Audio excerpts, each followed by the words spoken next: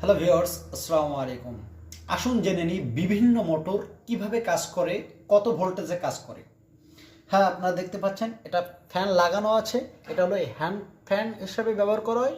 এর ভোল্টেজ হলো 3 থেকে 6 ভোল্টেজে এটা কাজ করে থাকে।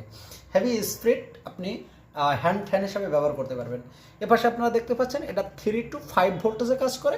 এটা ছোট বাচ্চাদের খেলনা হিসেবে এবং হ্যান্ড ফ্যান হিসাবে ব্যবহার করা যায়। এটাও একই ধরনের, এটাও 3 to 5 ভোল্টেজে কাজ করে। হ্যাঁ, আপনারা দেখতে পাচ্ছেন এটা এটা 9 ভোল্টেজ, 12 ভোল্টেজ এবং 18 ভোল্টেজে কাজ করে। আমরা বলে থাকি 9 to 18 ভোল্টেজে এটা কাজ করে থাকে।